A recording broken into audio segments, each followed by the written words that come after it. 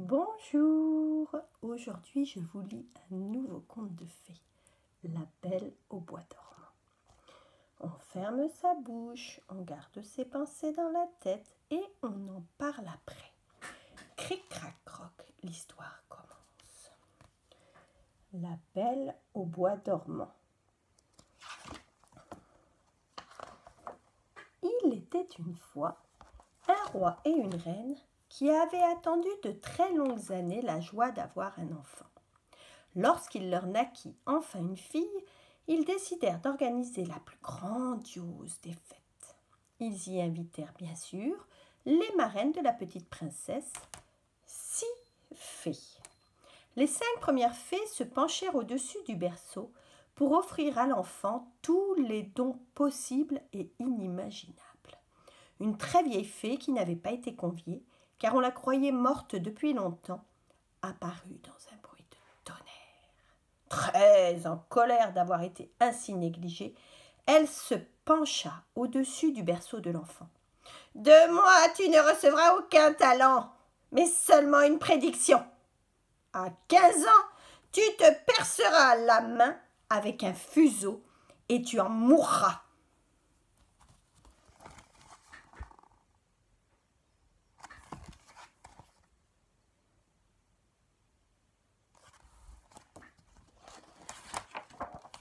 L'assemblée poussa un cri d'effroi, car tous savaient que ce qu'annonçaient les fées avait force de loi.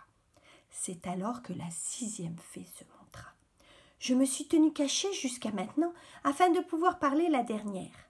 Hélas, il m'est impossible de défaire ce qui vient d'être dit, mais je peux néanmoins l'adoucir. La jeune princesse ne mourra pas en se piquant. Elle s'endormira pour 100 ans.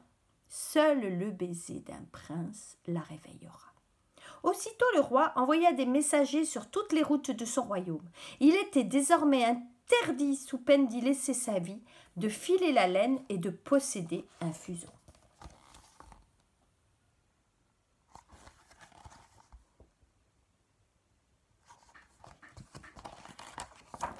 Les années passèrent et la princesse était devenue si belle et avait un tempérament si joyeux que ses parents avaient presque fini par oublier la triste malédiction attachée à ses pas. Lorsqu'elle atteignit ses 15 ans, ils décidèrent de séjourner dans une de leurs nombreuses demeures. La jeune fille qui découvrait l'endroit en visita tous les recoins. Un matin, elle monta un escalier vermoulu menant à un donjon. Là, une vieille servante était occupée à une étrange besogne.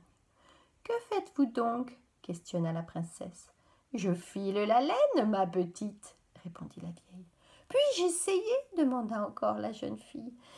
Hélas, 1000 fois hélas, à peine la servante lui eut-elle tendu le fuseau que la jeune fille s'en perça la main et tomba à terre.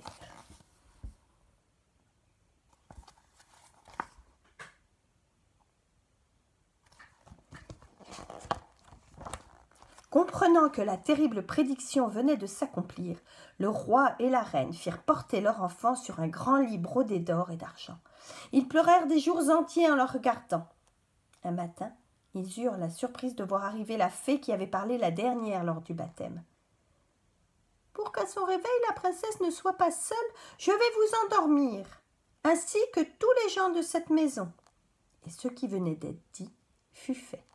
À peine la fée eut-elle quitté les lieux que les arbres et les ronces s'y poussèrent jusqu'à former une muraille si haute qu'elle laissait tout juste deviner la silhouette du donjon.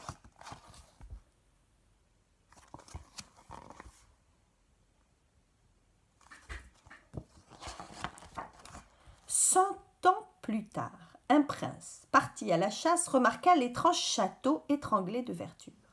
Comme il se renseignait, on lui rapporta l'histoire d'une princesse endormie depuis 100 ans et qui n'attendait que le baiser d'un prince pour se réveiller.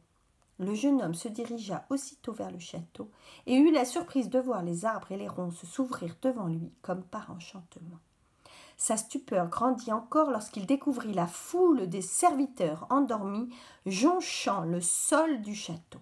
Enfin, après avoir erré dans toute la demeure, il découvrit la chambre où la belle était assoupie.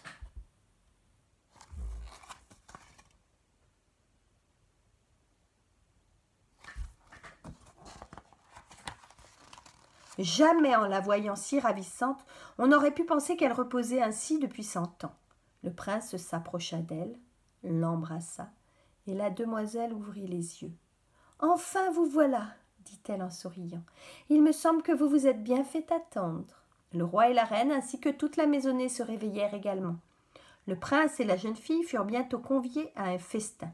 Durant ce repas, dont les préparatifs avaient été commencés 100 ans auparavant, ils se promirent de ne plus jamais se quitter, et pour cela de se marier dès le lendemain.